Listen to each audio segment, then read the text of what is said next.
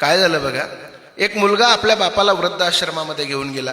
वृद्धाश्रमामध्ये घेऊन गेल्याच्या नंतर त्यानं आपल्या बापाला वृद्धाश्रमामध्ये ठेवलं. मॅनेजर सोबत ओळख करून दिली. तेवढ्यात त्याच्या बायकोचा फोन आला.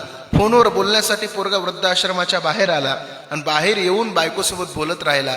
बायको तिकडून सांगत होती, आता तुमच्या बापाला घरी आणू नका, तुमच्या बापाचे धुणे भांडे करायला मी मोकळी नाही, वैतागले, तुमच्या बापाला घरी घेऊन येऊ नका.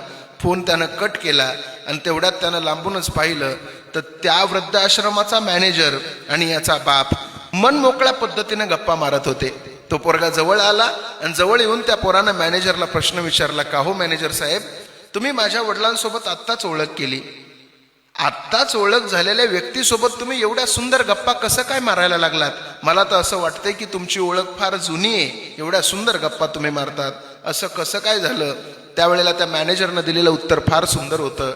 मॅनेजर त्यावेळेला म्हटला, अरे बाळा, यांची आणि माझी ओळख तशी जुनीच आहे. आत्ता मी या वृद्धाश्रमाचा मॅनेजर आहे. 20 वर्षापूर्वी मी एका अनाथ आश्रमाचा मॅनेजर होतो. त्यावेळेला तुझ्या बापाची आणि माझी ओळख झालेली आहे. तुझा बाप त्यावेळेला त्या अनाथ आश्रमामध्ये आला होता आणि मला म्हटला होता, मला एक मुलगा दत्तक घ्यायचा आहे, आणि मी त्यावेळेला तुला पुढं केलं होतं आणि तुला तुझ्या बापाकडं दत्तक म्हणून दिलं होतं.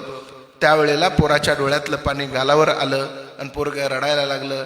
अर्थात ज्या बापानं अनाथ आश्रमामध्ये उचलून घरी आणलं होतं पोराला, त्याच पोरानं बापाला वृद्धाश्रमामध्ये नेऊन ठेवलं होतं.